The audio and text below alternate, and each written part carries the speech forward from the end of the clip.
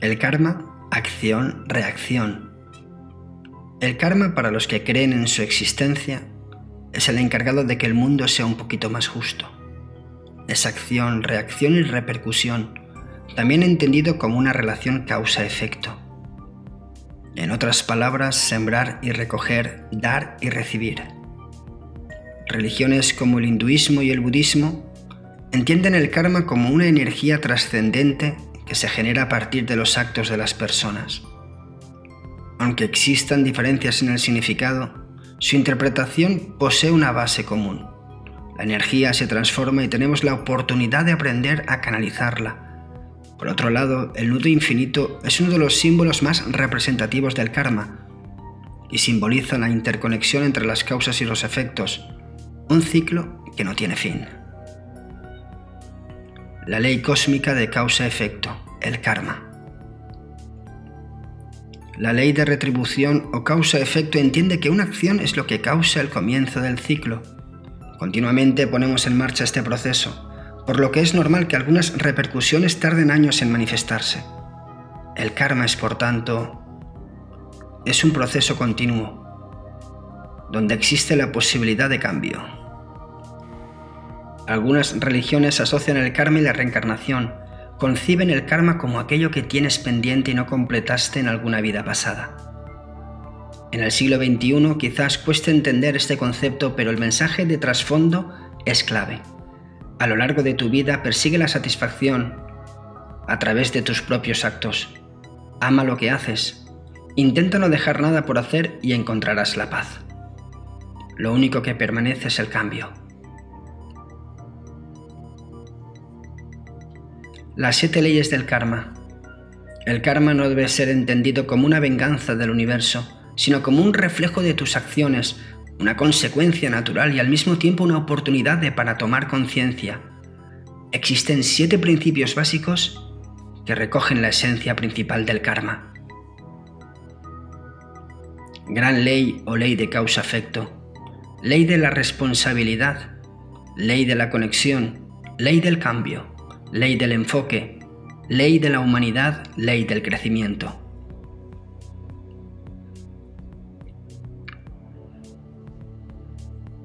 Las implicaciones del karma. Nuestras expectativas, experiencias, palabras marcan nuestras acciones. El hinduismo y budismo consideran que hay 3 factores que generan reacciones. Acción física, por ejemplo los gestos. Acción verbal, por ejemplo las palabras. Acción mental, por ejemplo las expectativas. Es cierto que nuestra conducta está guiada por nuestro cerebro. Los distintos tipos de acciones pueden variar en su producción. A veces pueden ser impulsivas, inconscientes, desacertadas. Nuestras emociones también influyen en nuestras acciones y además lo hacen de manera notable, incluso en aquellas que creemos más racionales, como las económicas.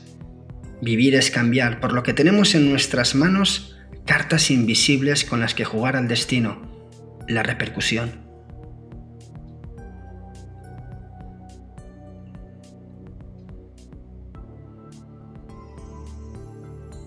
No descuides las acciones negativas porque sean pequeñas. Una chispa puede incendiar un pajar tan grande como una montaña. No descuides las pequeñas y buenas acciones creyendo que no aportan ningún beneficio.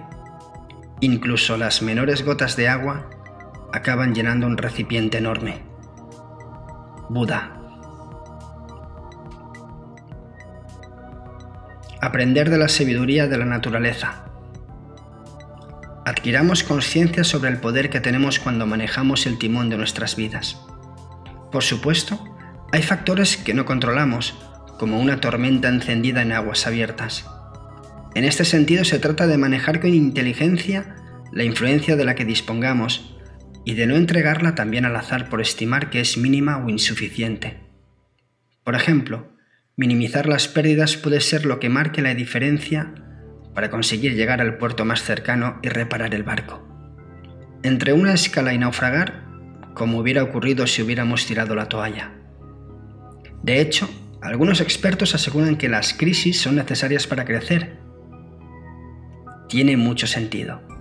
Si somos conscientes del valor de nuestros actos y no atribuimos las experiencias negativas solo a factores externos, tenemos delante una oportunidad para crecer. La clave está en encontrar un equilibrio entre lo que damos y lo que recibimos, atribuyendo causas realistas y aprovechando nuestras valiosas capacidades adaptativas. Hay estaciones del año donde las tormentas y lluvias son más frecuentes. Al igual que en nuestra vida, hay momentos más difíciles. Los desastres naturales son inevitables. Muchos huertos y cultivos se destrozan cuando las inundaciones abundan. Nosotros somos seres naturales que también sentimos como algunas vivencias nos inundan. En esas ocasiones, se trata de darnos la vuelta y apelar a nuestro ingenio para sobrevivir y al menos no perder cuando no se puede ganar. Al igual que esos huertos y campos pueden recuperarse gracias a un mayor esfuerzo y cuidado, con nuestra vida ocurre lo mismo. Siempre queda la posibilidad de cambiar el ciclo del karma a través de nuestras acciones. No olvidemos que cualquier acción que hagamos siempre tiene consecuencias, mayores o menores, sobre nosotros, como actores y responsables.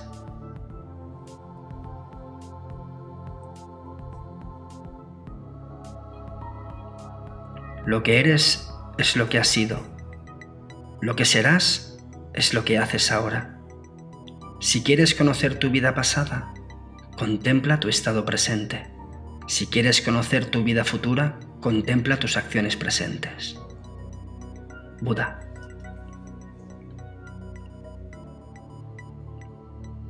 Gracias.